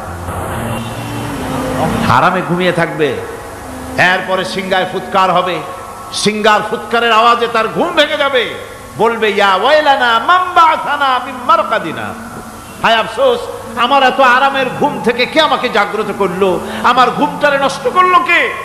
আওয়াজ আসবে হাদা মা ওয়াদার রহমান ওয়া সাদাকাল মুরসালুন, এটা হচ্ছে রহমানের সেই ওয়াদা, আর মুরসালিনরা নবীরা সত্য কথাই বলেছিলেন, সেই কিয়ামত অনুষ্ঠিত হচ্ছে। আমার বন্ধুগণ, সেজন্য এই দুনিয়ার মোহে পড়ে থাকলে পরে দুনিয়ায় যারা অগ্রাধিকার দিবে দুনিয়াকে পরকালের তুলনায়, জবাব দিতে পারবে না কবরের ভিতরে গিয়া।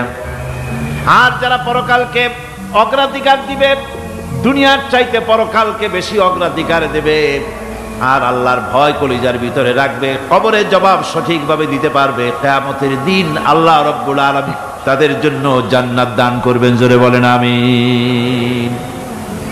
দুনিয়াটা হচ্ছে দুনিয়া যেখানে আমরা আসি। আমি আগেই বলেছি দুনিয়া হচ্ছে আদনা শব্দ থেকে এর উৎপত্তি হয়েছে, তুচ্ছ নিকৃষ্ট, এটার দাম নাই, এটার মূল্য নাই।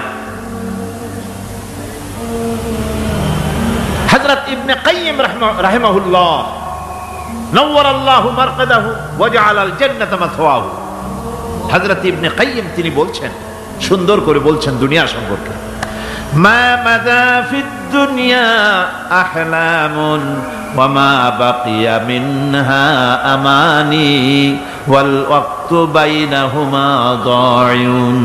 মা মাদা ফিদ দুনিয়া আহলামুন, জীবনের যে অংশ ফেলে এসেছি সেটা আজ একটা স্বপ্ন। ওয়া মা বাকিয়া মিনহা আমানি, আর জীবনের যে অংশ সামনে বাকি আছে সেটা এখন একটা আকাঙ্ক্ষা। ওয়াল ওয়াক্তু বাইনাহুমা দায়ুন, আর এর মাঝখান থেকে সময় সব চলে যাচ্ছে। কত বড় কথা চিন্তা করেছেন? জীবনের যে অংশ ফেলে এসেছি তা আজকে স্বপ্ন, তা আজ কি বলেন? স্বপ্ন। আর সামনে যা আছে সেটা আকাঙ্ক্ষা, আর মাঝখান থেকে সময় সব চলে যাচ্ছে।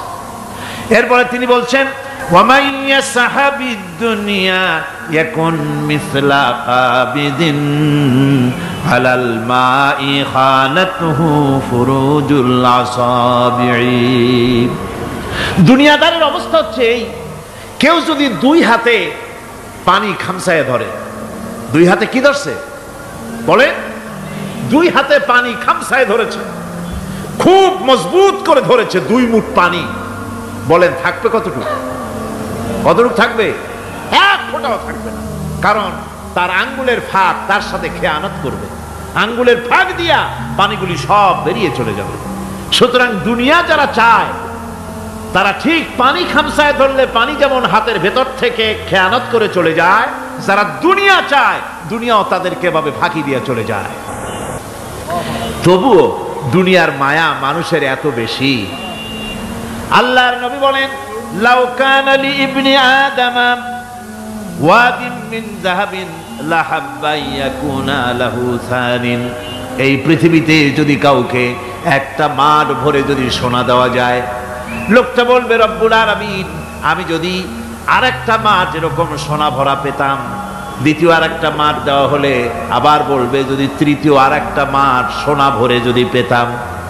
নবীজি বলেন, ওয়ালা ইয়ামলাউ জাওফু ইবনু আদামা ইল্লা তুরাব। মানুষের পেট 3.5 হাত মাটি ছাড়া, কবরের মাটি ছাড়া মানুষের পেট ভরবে না। আরো চাই, আরো চাই, চাওয়ার কোনো শেষ নাই। মানুষ এভাবে করে দুনিয়ার মহব্বতে এমনি পাগল হয়ে যায়, শুধু দুনিয়ার মহব্বত, পরকালকে বেমালুম ভুলে যায়। আমি কিন্তু এই কথা বুঝাতে চাই নাই যে পরকালের মহব্বতে, পরকালের ভয়তে বা পরকালের জন্য দুনিয়া আপনি বাজার ঘাট, বেচা কিনা, ব্যবসা বাণিজ্য সবকিছু ভুলে যান, না তা নয়। ভুল বোঝার কোনো কারণ নাই। পরকালকে অগ্রাধিকার দিতে হবে, মানে দুনিয়াটা চিরস্থায়ী জায়গা নয়। চিরস্থায়ী হচ্ছে কোনটা? আখিরাত। চিল্লায় এখন কোনটা? সুতরাং এখানে যা করতে হবে, আখিরাতে জবাবদিহিমূলক জীবন যাপন করতে হবে।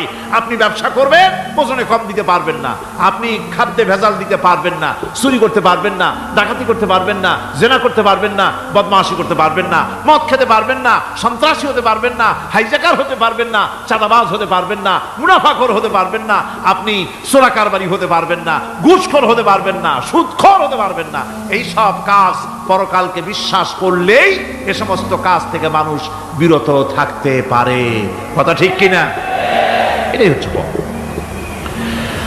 সুতরাং এই পৃথিবী থাকবে না, এটা কি চিরকাল থাকবে না? এর একটা পরিসমাপ্তি ঘটবে।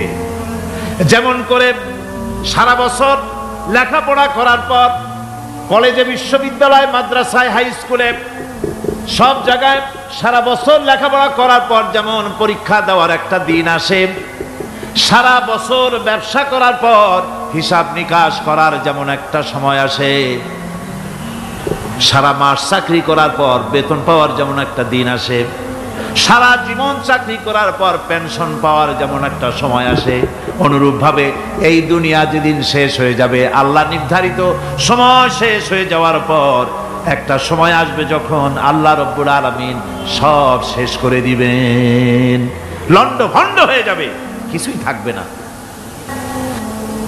কোরআনে সব আল্লাহ বলে দিয়েছেন। আল্লাহ পাক বলেন এই পৃথিবীর সব কেমন ভাবে ধ্বংস হবে তার চিত্র আল্লাহ পাক কোরআনে কারিমে তুলে ধরেছেন। ইযাস সামাউ ফাতারাত وإذا الكواكب انتثرت وإذا البحار فجرت وإذا القبور بعثرت। যখন আকাশসমূহ দীর্ণ বিদীর্ণ হয়ে যাবে, তারকাগুলি বিক্ষিপ্ত হয়ে ছিটকে পড়বে, আর সমুদ্রগুলি উচ্ছ্বসিত হয়ে পড়বে, কবরগুলি সব তার ভেতরে যা আছে উদ্গীরণ করে দেবে, তারকাগুলি স্থিমিত হয়ে যাবে। এরপরে সমস্ত আকাশগুলি কাতাইয়িস সিজিল্লিল কুতুব, কিতাবের পৃষ্ঠার মতো একটার পরে একটা ঠাস ঠাস করে পড়তে থাকবে, চূর্ণ বিচূর্ণ হয়ে ভেঙে চুরে একাকার হয়ে যাবে। পাহাড়গুলিকে উড়িয়ে দেওয়া হবে, চন্দ্র এবং সূর্য একাকার হয়ে যাবে। আল্লাহ রাব্বুল আলামিন বলেন, ফাইদা বারিকাল বাসার ওয়া খাসাফাল কমার ওয়া জুমিআশ শামসু ওয়াল কমার। চক্ষু যখন বিস্ফারিত হয়ে যাবে, চাঁদ যখন তার আলো হারিয়ে ফেলবে, সূর্য যখন তার আলো হারিয়ে ফেলবে, চাঁদ আর সূর্য সব একাকার হয়ে যাবে, সেই সময়ের অবস্থাটা কি চিন্তা করো। মানুষ হয়রান হয়ে দৌড়াদৌড়ি করবে। ওয়াহুমিলাতিল আরদু ওয়াল জিবালু ফাদুক্কাতা দাক্কাতান ওয়াহিদা। জমিন এবং পাহাড়গুলির মধ্যে আল্লাহ রাব্বুল আলামিন সংঘর্ষ বাঁধিয়ে দিবেন, পাহাড়গুলি ভেঙে চুরে টুকরা টুকরা হয়ে যাবে, পাহাড়গুলি উঁচু করে জমিনের উপরে আছাড় মেরে আল্লাহ রাব্বুল আলামিন ভেঙে চুরে চুরমার করে দিবেন। সুবহানাল্লাহ। ওয়া তাকুনুল জিবালু কালইহনিল মানফুশ, পাহাড়গুলো পেঁজা ধোনা তুলার মতো করে উড়িয়ে দেওয়া হবে, পাহাড় উড়ে যাবে। সুবহানাল্লাহ। পাহাড় পাথরের তৈরি করা পাহাড়, এই পাহাড়গুলি তুলার মতো হয়ে উড়বে কিভাবে? আমি এই দৃশ্য নিজের চোখে কিছুটা হলেও দেখছি। আজ থেকে 10 দিন আগে আমি ইতালি সফর করে এসেছি। ইতালির রাজধানী রোম। রোম প্রাচীন সভ্যতার লালন ভূমি। কোরআনে কারিমে সূরায়ে রোম রয়েছে, এই রোম সেই রোম। এখানের বাদশার কাছে রাসূল করিম সাল্লাল্লাহু আলাইহি সাল্লাম হেরাক্লিয়াসের কাছে চিঠি পাঠিয়েছিলেন, সেই রোম। 12 থেকে 15,000-এর মতো বাংলাদেশি মুসলমান সেখানে আছে। জুমার দিন, যেদিন আমি গেলাম তার পরের দিনই জুমা ছিল। জুমার নামাজ পড়লাম ভ্যাটিকানের কাছেই বিশাল মসজিদ, ইউরোপের ভিতরে সবচাইতে বড় মসজিদ এটা। রোম ইসলামের দুশমনদের রাজধানী। সেইখানে যখন আযান হচ্ছে আশহাদু আন্না মুহাম্মাদার রাসূলুল্লাহ, আমার অনুভূতির কথা আপনাদেরকে বোঝাতে পারবো না, কি অনুভূতির সৃষ্টি হয়েছে আমার ভেতরে। ভ্যাটিকানের পোপ এক পাশে, কিছু দূরেই ভ্যাটিকান, ওটা হচ্ছে গোটা পৃথিবীর সমস্ত খ্রিস্টানদের কাবা, ভ্যাটিকান। তার পাশেই বিশাল মসজিদ, সেখানে নামাজ পড়লাম। চিন্তার ভেতরে আসলো আল্লাহ রাব্বুল আলামিন তার হাবিবের নাম, তার তাওহীদ, তার রিসালাতকে কিভাবে বিশ্বময় ছড়িয়ে দিলেন। আবু জাহেল চাইছিল মুহাম্মদ সাল্লাল্লাহু আলাইহি ওয়াসাল্লামকে স্তব্ধ করে দেবে মক্কার জীবনেই। কত বদনাম, সাহের, কাহেন, কাযযাব, শায়ের, নাউযুবিল্লাহি মিন যালিক, কত গালাগালি করলো। আর আল্লাহ শোনালেন, হাবিব চিন্তার কোনো কারণ নাই, ওয়া রাফা'না লাকা যিকরাক, আমি আপনার প্রশংসা বিশ্বময় ছড়িয়ে দেব। সুবহানাল্লাহি ওয়া বিহামদিহি। রোম প্রোগ্রাম শেষ করে আমাকে তারা নিয়ে গেল, যেটা আমি বলছি সফর কাহিনী শোনাবার সময় এটা না, যেহেতু এর সঙ্গে প্রাসঙ্গিক সেজন্য বলছি। পাহাড় কেমনে তুলার মতো হয়ে উড়বে তার নজির দেখেছি। রোম শহর থেকে 300 মাইল দূরে, 300 কিলোমিটার দূরে নেপোলিয়ান বোনাপার্ট তার বাড়ি, এবং ওটা তার নামে একটা প্রভিন্স। ভূমধ্য সাগরের পারে ভিসুভিয়াস, পৃথিবীর সবচাইতে বড় আগ্নেয়গিরি। সেটা দেখাতে নিয়ে যাওয়া হলো আমাকে, যে পাহাড়টা পৃথিবীর মাটি থেকে তার চূড়া হচ্ছে 3 মাইল উঁচু। এর 2 মাইল গাড়িতে করে ঘুরে ঘুরে যাওয়া যায়, এরপর আর গাড়িতে যাওয়া যায় না, বাকিটুকুন যেতে হবে হেঁটে হেঁটে। পাহাড়ের উপরে অক্সিজেন কম, বেশ কষ্ট হচ্ছিল উঠতে। জীবনে প্রথম পাহাড়ে চড়েছি জাবালে নূর, রাসূল করিম সাল্লাল্লাহু আলাইহি সাল্লামের উপরে যেখানে ওহী হয়েছিল সর্বপ্রথম। পাহাড় চড়ার একটা অভিজ্ঞতা ওখান থেকে আমার কিছুটা হয়েছিল। খুব কষ্ট হলো বাকি 1 মাইল উঠতে।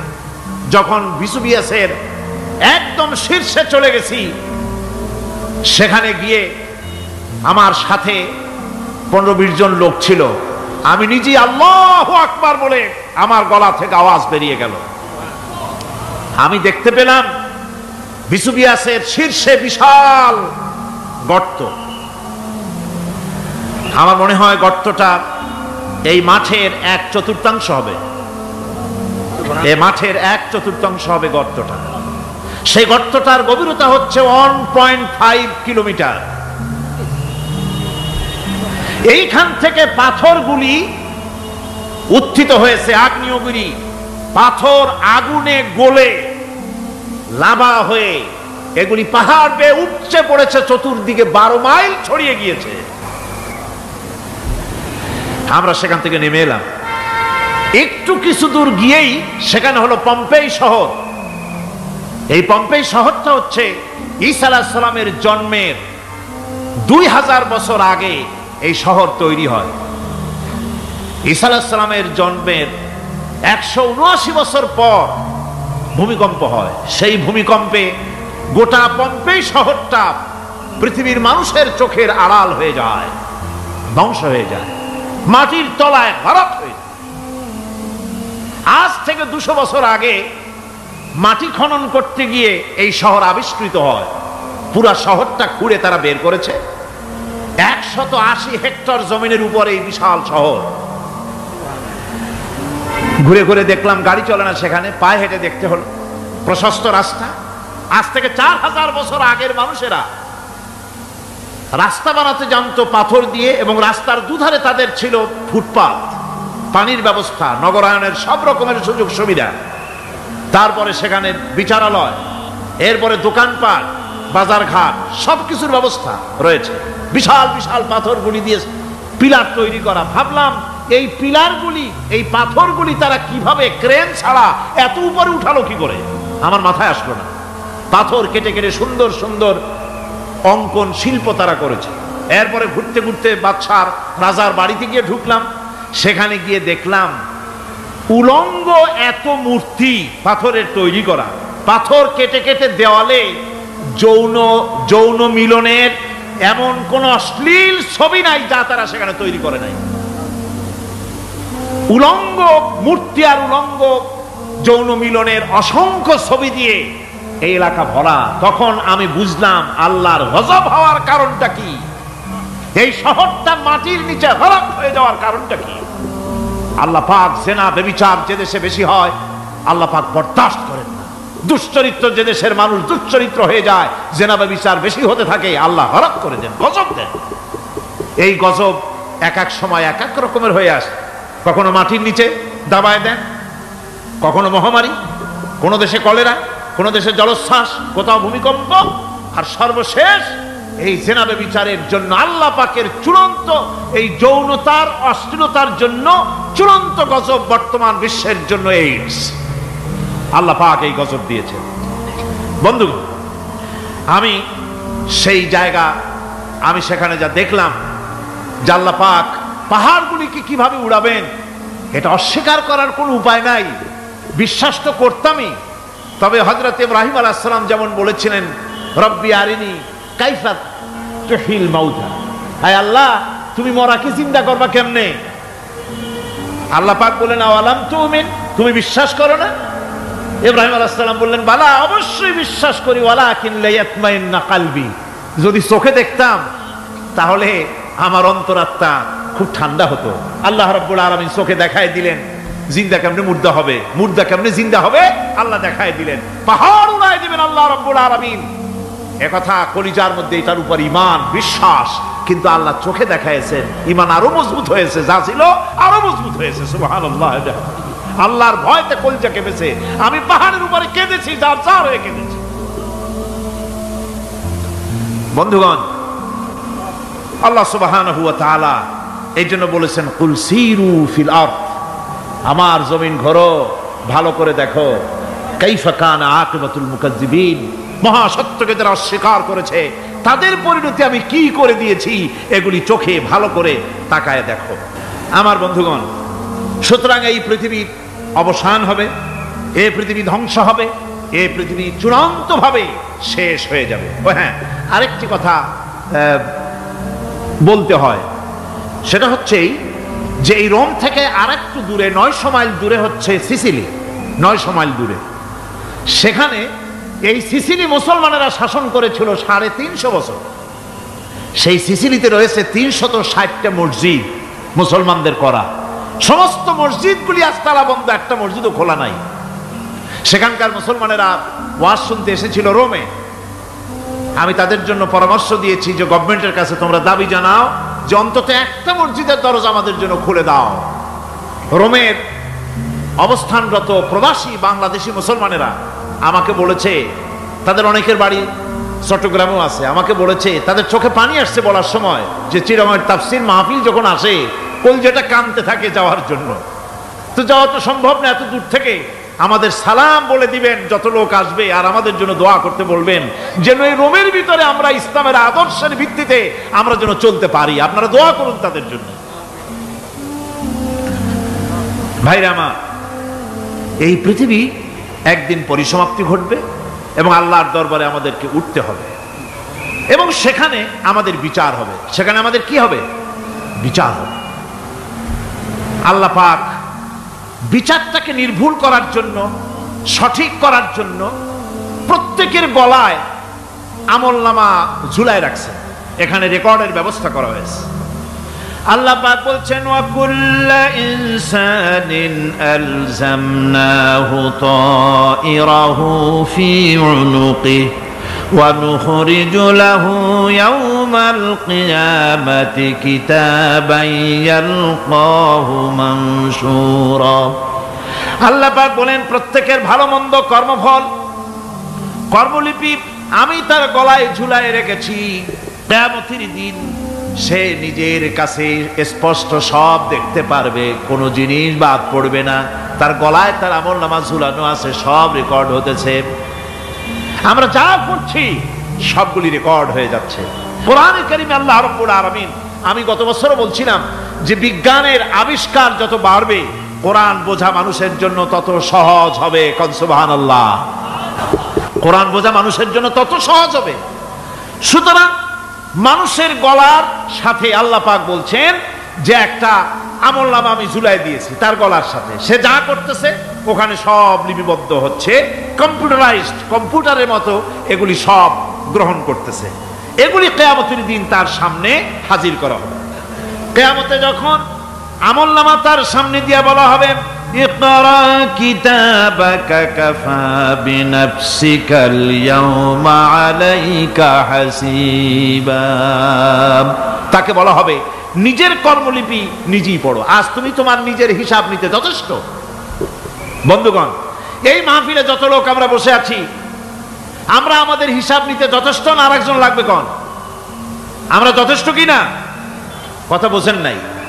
আমি বলতে চেয়েছি এটা, আমরা যদি এখন চোখ বুঝে চিন্তা করি যে পিছনের জীবনে কি করেছি, মনে পড়বে নাকি পড়বে না? বলেন সবাই, পড়বে কি পড়বে না? ছোটবেলায় কবে পায়ের নিচে কাটা ফুটেছিল, কবে কোথায় আছাড় খেয়েছিলেন, কবে কার বেল, তাল, আম, কাঁচা আম চুরি করে খেতে গিয়ে কিল খেয়েছিলেন, তাড়া খেয়েছিলেন, তাকে এখন মনে নাই? আছে। তাহলে কিল, ওই তাল বেল চুরি করতে গিয়ে যে কিলটা খাইছিলেন সেটাও মনে আছে, ভালো মন্দ সব মনে আছে। তাহলে কোন হোটেলের রুমে কি করছিলেন, কোন স্কুলে কোন কলেজে কি করছিলেন, তারপরে জীবনে ছোট বড় ঘটনাগুলি সব বুঝতে মনে পড়বে না? এবার হিসাব করেন, মনে যদি পড়ে এবার হিসাব করেন আপনি জান্নাতি না জাহান্নামী। আপনি আপনার নিজের হিসাব নেওয়ার জন্য যথেষ্ট। তাকে হিসাব করতে বলা হবে। তোমার হিসাব, তোমার নিজের হিসাব নেওয়ার জন্য তুমি যথেষ্ট, তোমার হিসাব তুমি নিজেই করো, এটা পড়ো। আর সেই কিয়ামতের দিন কোনো সাহায্যকারী মিলবে না। লান তানফাকুম আরহামুকুম ওয়ালা আওলাদুকুম ইয়াউমাল কিয়ামাহ। লান তানফাকুম, কিয়ামতের দিন কোনো ফায়দা হবে না, অবশ্যই কোনো ফায়দা হবে না, কোনো উপকারে আসবে না। কিয়ামতের দিন তোমার সন্তান, তোমার স্ত্রী, তোমার মাল, তোমার সম্পদ কোন উপকারে আসবে না। কিয়ামতের ময়দানে সেদিন সব তোমার সাথে বিচ্ছেদ করবে, সব পালায় যাবে। সেখানে উৎকোষেরও কোনো কারবার নাই যে ঘুষ টুস দিয়া, ফেরেশতাদের কোন রকম বুঝবাজ দিয়া, আলাদা কোনো চোরাগলি পথ দিয়া একেবারে ফুট করে ভেসতে চলে যাবেন, এমন কোনো সুযোগ নাই। অনেকে বলে হুজুর এমন কিছু দোয়া শিখায় দেন যাতে ওই সব জেহাদ বোমা এগুলি খুব ভয় পাই, ওসব রাস্তা টাস্তা না, খুব সহজে কিছু দোয়া দুরূদ করিয়া আস্তে করে জান্নাতে চলে যাওয়া যায়, এরকম একটা দোয়া, এরকম একটা পথ বলে দেন।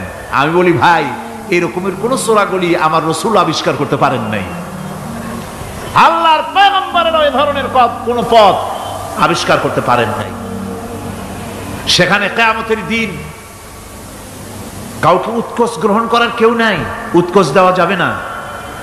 আর উৎকোষ দিবি না বা কি, আপনার কাছে কিছু নাইও, থাকলেও নেওয়ার কেউ নাই। এই দুনিয়ায় ফাঁকিবাজি করে বহুত কিছু করা যায়, কিন্তু কিয়ামতের মাঠে এগুলি কিছুই চলবে না। আল-ইয়াওমা লা ইয়ানফা'ু মালুন ওয়ালা বানুন।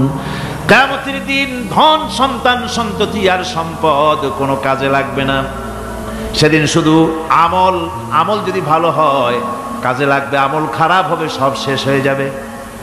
আল্লাহ রাব্বুল আলামিন নবীজিকে ডেকে বলেছেন, নবী আপনি বলেন, কুল মা কুনতু বিদআম মিনার রাসূল, আপনি বলুন আমি কোন নতুন রাসূল নই, আমার আগে অনেক নবী রাসূল পৃথিবীতে এসেছেন, তারা বিদায় হয়ে গেছেন। আমি জানি না কিয়ামতের দিন আল্লাহ রাব্বুল আলামিন আমার সাথে কি ব্যবহার করবেন, আর আমি এও জানি না যে কিয়ামতের দিন আল্লাহ পাক তোমাদের সাথে কি ব্যবহার করবেন।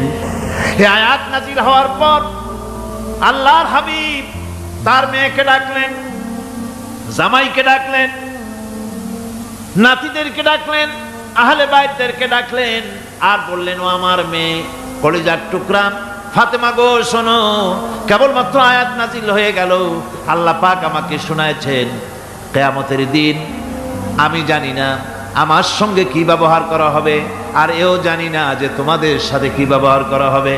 ও আমার কলিজার টুকরা মেয়ে ফাতেমা, কিয়ামতের দিন মুহাম্মদ সাল্লাল্লাহু আলাইহি সাল্লামের মেয়ে, এই হিসাবে তোমার নাজাতের ফয়সালা হবে না।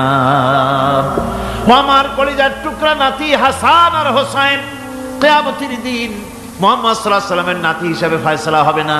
ও আমার জামাই হযরতে আলী, কিয়ামতের দিন আমার জামাই হিসাবে নাজাতের ফয়সালা হবে না। আমল যদি ভালো হয় ফয়সালা ভালো হবে, জান্নাতে চলে যাবে। আমল যদি খারাপ হয় কার নাতি কার জামাই দেখা হবে না। সুবহানাল্লাহ। কঠিন কিয়ামতের মাঠ। এই পরকালের বিশ্বাস যদি কলজার মধ্যে ঢোকে, মানুষ ভালো হয়ে যাবে। কোন সুবহানাল্লাহ। ওই যে মক্কার জীবনে ওই সমস্ত মানুষগুলি যারা চুরি করত, ডাকাতি করত, জিনা করত, বদমাশি করত, যারা শয়তানি করত, যারা মানুষকে খুন করত, এই মানুষগুলি এত ভালো হয়ে গেল, যারা চুরি ছেড়ে দিল, ডাকাতি ছেড়ে দিল, জিনা ব্যভিচার ছেড়ে দিল, এত ভালো হয়ে গেল, পৃথিবীর মধ্যে সেরা মানুষ তারা হয়ে গেলেন। জোরে বলেন সুবহানাল্লাহ। নবীর সাহাবীরা পৃথিবীর শ্রেষ্ঠ সন্তান, নবীর সাহাবীরা পৃথিবীর সেরা মানুষ, তাদের চাইতে সেরা মানুষ নবীদের পরে আর কেউ হতে পারে না। জোরে কোন সুবহানাল্লাহ। নবীর পরে পৃথিবীতে শ্রেষ্ঠ মানুষ কারা? সাহাবায়ে কেরাম রিদওয়ানুল্লাহি তাআলা আলাইহিম আজমাইন। ওনারা তো কুফরের মধ্যে ছিলেন, শিরকের মধ্যে ছিলেন, চুরি ডাকাতি জিনা ব্যভিচার এমন কোনো পাপ নাই যা করা হয়নি। তারপরে যখন আল্লাহর নবীর কাছ থেকে তাওহীদ, রিসালাত ও আখিরাতের দাওয়াত পেলেন, কি সোনার মানুষ এক একজন হয়ে গেলেন। সুবহানাল্লাহ। যারা ছিলেন নারীর সতীত্বের জম, তারা হয়ে গেলেন নারীর সতীত্বের পাহারাদার। যারা মানুষের মাল চুরি করত, ডাকাতি করত, তারা রাতভর মানুষের মালের পাহারা দিল, মানুষের রক্তের পাহারা দিল। সুবহানাল্লাহ বিহামদি, রক্ত ও সম্পদের পাহারা দিল। রাসূল বললেন খাইরুল কুরুনে কারনি, সর্বশ্রেষ্ঠ যুগ তো আমার যুগ। বন্ধুগণ, এরপরে একটা জীবন আসবে ওই কিয়ামতের ময়দানে। এই পরকালের বিশ্বাসটা গুরুত্বপূর্ণ ব্যাপার, আমাদের সব কিছুর হিসাব দেওয়া লাগবে। আল্লাহ পাক বলেন ইন্নাস সামআ ওয়াল বাসারা ওয়াল ফুআদা কুল্লু উলাইকা আনহু মাসউলা। নিঃসন্দেহে মানুষের শ্রবণ শক্তি, দর্শন শক্তি এবং তার অন্তঃকরণের কল্পনা সম্পর্কে আল্লাহ রাব্বুল আলামিনের কাছে জিজ্ঞাসিত হতে হবে। কান দিয়া কি করেছিলা, চোখ দিয়া কি করেছিলা, মুখ দিয়া কি করেছিলে, হাত দিয়ে কি করেছিলে, সব কিছুর জবাব আল্লাহ রাব্বুল আলামিনের কাছে দিতে হবে। সবটার জবাব দিতে হবে, কোনো কিছু বাদ যাবে না। এমনকি মনের ভিতরে যে কল্পনা আমরা করি, এই কল্পনার হিসাবও আল্লাহর দরবারে দিতে হবে। কোরআনে কারীম বলছে ওয়া ইন তুবদু মা ফি আনফুসিকুম আও তুখফুহু ইউহাসিবকুম বিহিল্লাহ। মনের ভিতরে তুমি যেটা কল্পনা করো সেটা প্রকাশ করো, অথবা তুমি গোপন রাখো, যাই তুমি করো না কেন আল্লাহ রাব্বুল আলামিন এর হিসাবও তোমার কাছে নেবেন। ফায়াগফিরু লিমান ইয়াশাউ ওয়া ইউআযযিবু মান ইয়াশাউ ওয়াল্লাহু আলা কুল্লি শাইইন কাদির। মহান আল্লাহ পাক বলেন, করার পর তোমার মনের ভিতরে কি কল্পনা করেছিলে ওইটার হিসাব আমি নেব। হিসাব নেওয়ার পর যারে খুশি ক্ষমা করে দেব, যাকে খুশি শাস্তি প্রদান করব। সব কিছুর উপরে আল্লাহ রাব্বুল আলামিন শক্তিমান, সব তিনি করতে পারেন, সমস্ত কুদরত রয়েছে তার। সুতরাং মানুষদেরকে, আল্লাহর বান্দাদেরকে বিশ্বাস করতে হবে যে আমার কোনো কথা বাদ যাবে না, কথাগুলি রেকর্ড হচ্ছে, কথা রেকর্ড হচ্ছে।